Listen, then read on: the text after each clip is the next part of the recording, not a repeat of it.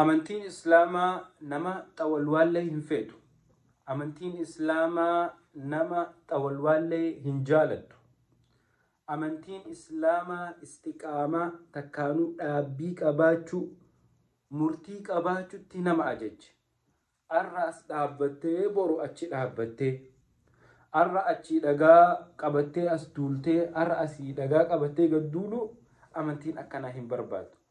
obboleessa kiyya rabbi subhaanahu wa ta'aalaa fastaqim kama umirta jeen anbiya rasuula isaatiin. Fastaqim gadhaabbadhu, ziq je'ii gadhaabbadhu, hin daddaaqinii hin daddabini, kama umirta akka ajajamtetti. Dhaamsi rabbi subhaanahu wa ta'aalaa anbiyootaaf dhaame dhaamsa nutiifis dhaaman. Ummata islaamaatiin rabbi subhaanahu wa ta'aalaa واعبد ربك حتى يأتيك اليقين رسولا جئسن اسنولالت هنگ لبون تيسن اسن الرابات تربي خيسن قبر ننجي رب سبحانه وتعالى الرقافة أسي وان سبخيناتي أو وجدت أسي يو وانتسن شركي تاتيس يو وانتسن إسلام ما تتوجه والتوتيس حماس خيسة سينتي أسي ديچسته yoo islaam arrabsuu taates asii dhiichiste gaafa islaamummaattu qamejaanii sachi wal garagaltee islaamummaati yaa maareete ifi islaamummaa xiqqeessitee ifi islaamummaa tuffachiistee ifi islaamummaatee ifirra rakhisheessitee bakka rabbiin hin jaalanne dhaabbattee bakka rabbiin irraa si dhoorke dhaabbatteeti islaamummaati jette.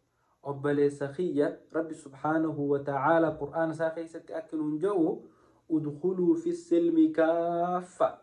إسلام ما تنخيسة غوتو تسينا أبليان كيا غوتو ميلة تكو أسكيسة ميلة تكون إسلام ما خيسة تيسة ميلة تكون على تاو ويا جمتا مدور فتة مسجد دايته ويا سبتي في الحدا مدور ما أكسن فكات تكو جماعة عادات تجيرتي الرجال أبتشو ربي سين هنجالد أبلي سخية خار الرجال يجيسا أولته توبدو gama rabbii keetii deebi rabbiin siddallanee jira bakka kufrii dhayte bakka shirkii dhayte bakka ikhtilaataa dhayte bakka rabbiin jibbuu dhayte dhugaa ifitti himi nama muslimaa ifin sossobin.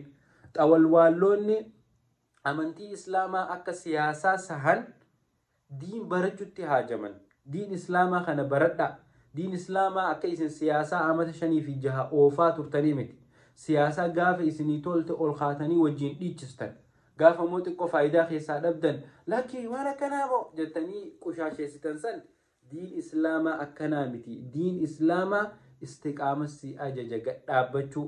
Siyaasaa keessatti wanni jiru diinni zalaalam hin jiru, hiriyyaan zalaalam hin jirtu. Kasiitoo deeggarta borummoo kasiitoo jibbita. Wanni akkas jedhamu diin islaamaa keessa hin jiru. Diin islaamaa keessa istiqaamaatu jira. Adawwiin teeti firakeeti wanni akkana jedhamu islaamummaa keessa hin jiru obboleessa kiyya.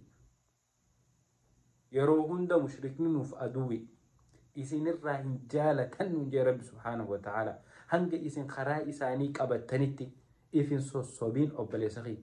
Obbolummaan akkanaan jirtu tokkummaan akkanaan jirtu tun amantii dirree baate xawalwaallee bakka hunda akka titichaa bakka irraan fakkaanne hunda seenuu hin ta'in zikjee gadhaabbadhu amantii teetirratti sabadhu. Assalaamu alaykum wa rahmatullaahi